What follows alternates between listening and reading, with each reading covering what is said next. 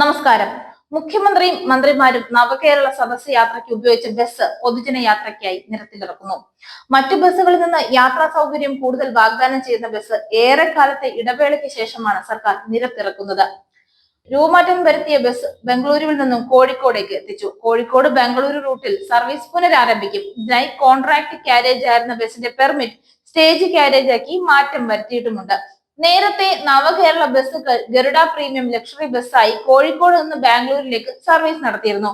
11 സീറ്റുകളാണ് അധികമായി ബസ്സിൽ ഘടിപ്പിച്ചത്. ഇപ്പോൾ ആകെ 37 സീറ്റുകളായി. എസ്കലേറ്റർ, പിൻഡോർ എന്നിവ ഒഴിവാക്കി പകരം മുൻഭാഗത്ത് മാത്രം ഡോർ നിലനിർത്തി. ശൗചാലയം ബസ്സിൽ നിലനിർത്തിയിട്ടുണ്ട്. സീറ്റുകൾ പുനഃക്രമീകരിച്ച് ലഗേജ് സൂക്ഷിക്കുവാൻ സ്ഥലവും ഒരുക്കിയിട്ടുണ്ട്. സർവീസ് പുനരാരംഭിക്കുമ്പോൾ ബസിന്റെ നിരക്കും കുറച്ചിട്ടുണ്ട്. ഇന്നലെ ബംഗളൂരു കോഴിക്കോട് യാത്ര ഈടാക്കിയത് 930 രൂപയായിരുന്നു. നേരത്തെ 1280 രൂപയായിരുന്നു നിരക്ക്. മുഖ്യമന്ത്രിയും മറ്റു മന്ത്രിമാരും പങ്കെടുത്ത നവകേരള യാത്രയ്ക്കായാണ് നവകേരള ബസ് വാങ്ങിയത്. 26 സീറ്റുകളായിരുന്നു ബസ്സിൽ ഉണ്ടായിരുന്നത്. കോൺട്രാക്ട് കാരേജ് ബസ്സുകൾക്ക് വെള്ള നിറമേ പാടുള്ളൂ എങ്കിലും ഗതാഗത വകുപ്പിന്റെ നിർദ്ദേശപ്രകാരമാണ് ബ്രൗൺ നിറം തിരഞ്ഞെടുത്തത്. 11 ലക്ഷം രൂപ വരുന്ന bio toilet, fridge, microwave oven, ആഹാരം കഴിക്കാൻ പ്രത്യേക സ്ഥലം, വാഷ് ബേസിൻ തുടങ്ങിയ സൗകര്യങ്ങളാണ് ബസ്സിൽ ഉണ്ടായിരുന്നതെന്നാണ് ആദ്യം പുറത്തു വന്നിരുന്ന വിവരങ്ങൾ. പിന്നീട് നവകേരള ബസ് KSRTC സർവീസാക്കി മാറ്റുകയായിരുന്നു.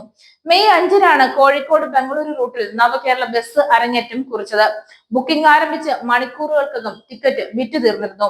തലസ്ഥാനത്തുൾപ്പെടെ പൊതുജനങ്ങൾക്കായി നവകേരള ബസ് പ്രദർശിപ്പിക്കാനും പിന്നീട് ഇത് വാടകയ്ക്ക് നൽകാനുമായിരുന്നു ആദ്യം സർക്കാർ തീരുമാനിച്ചത്. വിവാഹ ആവശ്യം, വിനോദയാത്ര, തീർത്ഥാടനം തുടങ്ങിയവർക്ക് നവകേരള ബസ് വാടകയ്ക്ക് നൽകുമെന്നും അറിയിച്ചിരുന്നു. എന്നാൽ അനാവശ്യ വിവാദങ്ങൾ സൃഷ്ടിച്ച് നവകേരള ബസിനെ സർക്കാരിനെതിരെ ആയുധമാക്കാമെന്നായിരുന്നു സർക്കാർ വിരോധികളുടെ ധാരണ.